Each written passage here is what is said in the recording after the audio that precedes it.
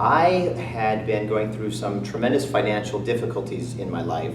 My family and I were victims of a Ponzi scheme, and because of that, we were in debt, and I had this crazy idea to go on this television show called Wipeout. Mm-hmm. And my wife and I thought, well, maybe you could win, you know, and if you win, it's $50,000. So it's what everyone would do that's in the hole. Everyone would do such a thing if they were in my circumstances. No brainer.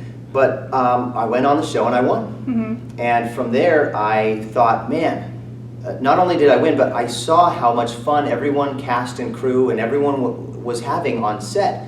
And I said, I got to get back into this. So I came back up to Fresno, searching, looking all around, hoping to find filmmakers and people that were doing similar stuff. And I heard about this guy coming up from the New York Film Academy in LA to film his thesis in Fresno because he could get his locations pretty cheap. Uh-huh. Yeah, I was trying to make my thesis film, and it was a pretty ambitious idea, and I just had no money. Our resources were limited, and a classmate of mine was from Kingsburg.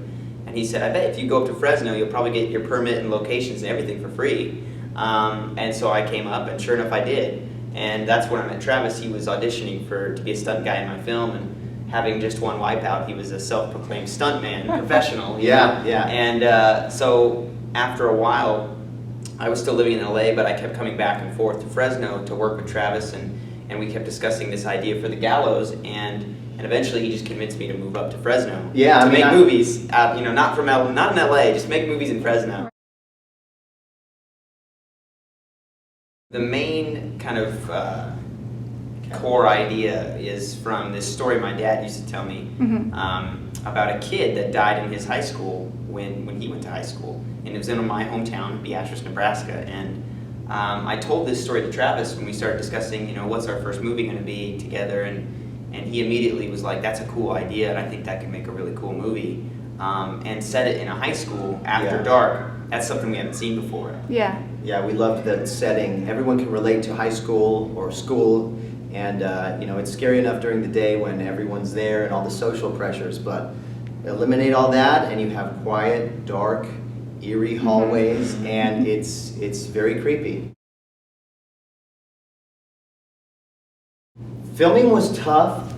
It could have been easy, but because it was really Chris and I and like our 4 actors and a couple local guys, Richie and Tyler, that were helping us, and Jesse, one of the city guys who worked as a PA for us, it was a lot of work for a very small crew, and so it was difficult because of that. Yeah. It wasn't like so much the facilities or, it was just really just lack of resources, lack of money, lack of experience. I mean, we were just going to do this, and nothing was stopping us. True independent filmmaking. Yeah. Yes. It was a long process, but basically the bullet points of the story were in 2011, 2012, we had the idea, we shot a trailer, we used the trailer to get funding locally in Fresno, investors in Fresno, and we made the film on our own, guerrilla style. Completed 6 months later in the middle of 2012. 2012. Put a trailer online. Cut a second trailer. But then had an actual movie to it, and then we put it out, and that generated a lot of buzz. Dean Schneider at Management 360 called us and said, hey, let's get together, I'd like to see the movie. He loved it. He said, I'm going to get this to Jason Blum. Now, Jason Blum of Blumhouse did Sinister, Insidious, The Purge, all the Paranormal Activities, Ouija, the king Whiplash. of horror of like the last decade. He saw everything. He saw it, and he said, wow, this is better than like 95% of what I've seen, and I have to see everything. And he said, rarely do you get something like this that's special and unique, and it's been done outside of the system, where you get 2 guys that are indie that just go for it, and it's this good. It's the first time he had seen anything like it since Paranormal Activity. And basically after that he was on board, but he said, guys, you could release it as is, this movie we had made just totally on our own, or we could go back in, try and enhance it, bring some new scenes, some new scares into it, and see if we can make it hard for a studio to reject a theatrical release. And or to do the things that we wish we could have done had we more resources around or time. So we dug back in, and we spent another 1.5 years like shooting and reshooting and reworking, and we had to recast one of our lead actresses. Actually, Cassidy Gifford she replaced one of the actresses from the first go around, who lost a very large amount of weight, and she didn't look the same as any of the previous shots that we had. So the continuity would have been a huge issue. We were forced to recast and actually reshoot ultimately another 40 to 45% of Wow. the movie because of that. So there's really like two totally different versions of this movie, and we're actually discussing getting the first one on the DVD, you know, like for bonus features. Right, It's gonna be right. pretty cool. But anyway, after version 2.0 was kind of done, that's when New Line Cinema and Warner Brothers saw it, and Along with a whole bunch of A lot of other other studios, studios as and well. but we're glad we ended up with New Line and Warner Brothers Yeah. because we love them. They're Yeah. great, and they believed in this movie like none other, and yeah, we're ecstatic. It actually is. I think it's actually better than the one we wanted to make. It you know, is. If you think about it. But I think in terms of your question, it's cool because working with Blumhouse and 360, there were a lot of things that they suggested and a lot of things that we actually turned down, or we shot the complete opposite because we were in disagreement. And ultimately our ideas ended up being better than what they had expected. But it was very collaborative in the second go around.